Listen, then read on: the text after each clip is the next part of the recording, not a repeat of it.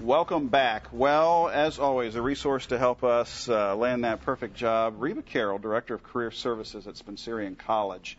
And Reba, Spencerian is always there to provide just a litany of advice for folks being kind of thrust out into the job world. And today we have a list of what to take and what not to take to a job fair. Now, these are big, bustling events, and chances are, if you're trying to score that great job, you're a little nervous. Yeah, well, hopefully you're dressed for success. Right. You've got on maybe new shoes, so we recommend you have those shoes broken in. And ladies, do not wear high heels, because after a while you're so busy thinking about your feet, you're not focused on that employer in front of you. So look good, but be comfortable. If feet are aching while you're trying to land a job. You're usually on a concrete floor or a marble floor or something like that. Right. We recommend you take a bottle of water.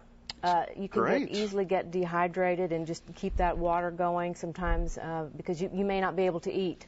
If you're in a fair that has a lot of tables, a lot of employers who are hiring, time can get away from you. So ladies, leave the purse in the car. Okay. Because as you're filling out applications and carrying 20 resumes, which you should be taking, your portfolio, which you should be taking, leave the purse in the car, lock it in. Take your keys with you so you don't leave your keys. And that's on our list, too, of what to take. What to take. We just have a couple up here, so folks that are looking for a job, that may be attending a job fair, can just jot these down at home real quick.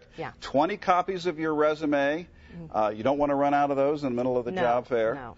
A copy of your portfolio showing your work, bottled water, got to stay hydrated out there on the floor. Yes, you do. And as you just mentioned, your car keys. Right. And I'll bet that happens more often than not, where your mind's just nervous. 20 feet in front of you, thinking about that person you're going to be speaking with instead of taking care of the car. Right. It's a great, career fairs are a great thing to go to. You have all these employers who are hiring in one place. Right.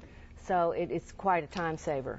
So let's take a look now at the list of what not to take. We just started hitting a few of these, and you mentioned to leave the purse behind. Leave it behind. You don't need it. Often when people are leaning over to fill out an application, they sit the purse down, and then what happens is you walk off and leave the purse sitting there, because you've got resumes and portfolios of your work and those types of things. Right. Employers have giveaways. You may have a handful of that type of stuff, and it happens very often. You walk off and leave the purse there. So this is just going to weigh you down. You might appear a little cluttered, fumbling for the resume too. So stay streamlined. Sure, because if you're on your feet for a couple hours, it's one less thing to worry about. Okay. And then, as we saw there, cell phones. Cell phones. Nothing worse, right? At the very least, turn them off. Not on vibrate. Turn them off, because we've gotten kind of rude now with the cell phones. We've had people who are in the middle of an interview and will answer their cell phone. So it's one less thing to worry about. And you want to keep in mind that this is not a social event. A lot of people who have not been to career fairs take family members or your mom or your friend. Don't do that. You need to be able to focus without distraction when you're meeting with those employers. And I know, too, having 2 young kids, sometimes it's tough finding someone to watch them, but critical in a situation like this. In this situation, if you can't get a sitter, then don't go. Okay.